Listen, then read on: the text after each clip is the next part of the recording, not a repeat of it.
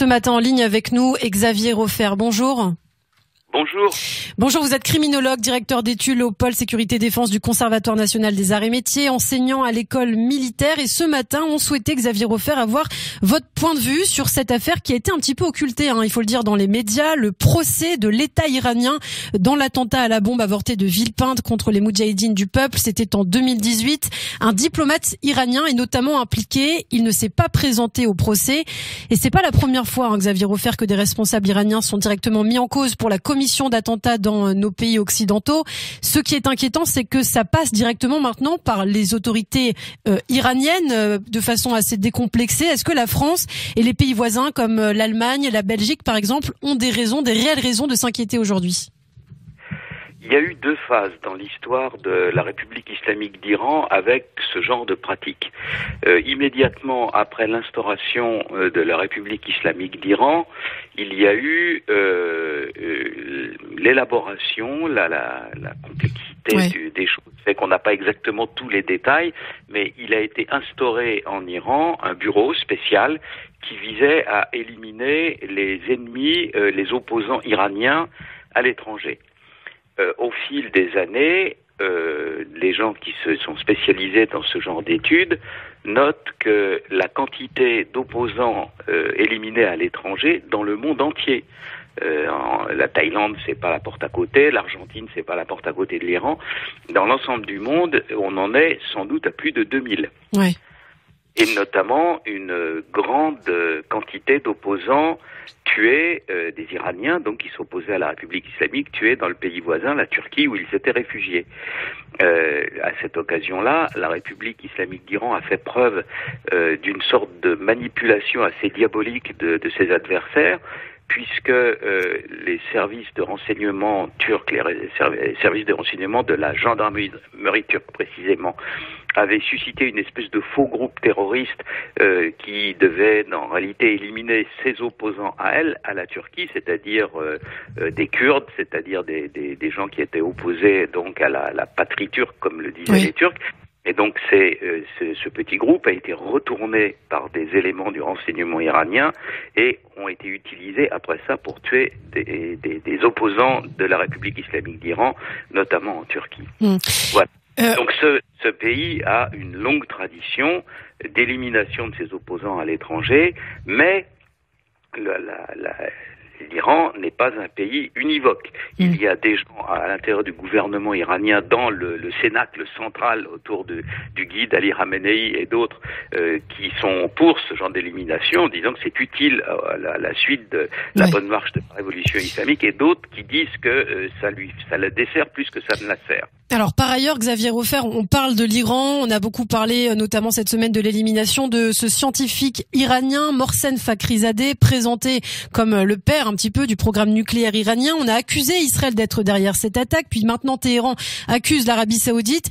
Qu'est-ce que l'on doit retenir selon vous de toute cette situation ? Alors, il y a une guerre souterraine, ça c'est indéniable. La guerre souterraine a des victoires d'un côté et des victoires de l'autre. Et il faut noter quand même une chose, c'est que le gouvernement de l'Iran, il ne faut pas sous-estimer les gens dont on se méfie, et le gouvernement, la République islamique d'Iran est dirigée par des gens qui sont très subtils et très fins et très malins. Oui. Vous savez, l'Iran a une pratique du gouvernement et de l'État qui est bien plus lointaine que celle, par exemple, des Européens. Ils avaient déjà un empire fonctionnel avec toutes les fonctions de l'État quand l'Europe vivait encore pratiquement à l'état de petits villages dispersés. Vous voyez, donc c'est pas des gens qui sont des sauvages, et au contraire, dans leur mode de raisonnement, ils sont très subtils.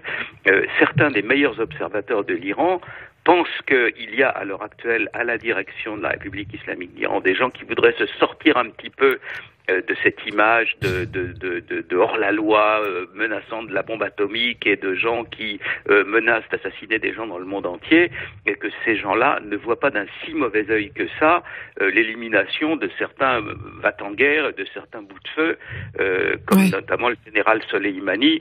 Donc c'est beaucoup plus subtil. Voilà, ça n'est pas c'est pas les brigades rouges, la République islamique d'Iran, c'est quelque chose de beaucoup plus sophistiqué, de beaucoup plus subtil que ça. Et tout ce qu'on peut dire, c'est que l'élimination de certains éléments extrémistes à l'intérieur de la République islamique d'Iran, comme par exemple le général Soleimani qui commandait les gardiens de la Révolution, enfin l'unité secrète de guerre secrète des gardiens de la Révolution qui s'appelle la division Al-Quds. Oui. Al-Quds, c'est Jérusalem en arabe. Donc ces gens-là ont été éliminés et peut-être y compris même le savant nucléaire et voilà, il y a des gens à l'intérieur de la République islamique d'Iran qui pensent que finalement c'est pas si grave que ça et qu'à terme ça contribuera à stabiliser la situation. Donc vous comprenez qu'à l'heure actuelle ça se joue entre d'un côté une espèce d'alliance plus ou moins informelle mais quand même assez efficace qui fonctionne avec Poutine, avec le président turc Erdogan et avec la République islamique d'Iran et avec le Qatar. Et de l'autre côté, vous avez Israël maintenant assez ouvertement du côté des pays du Golfe.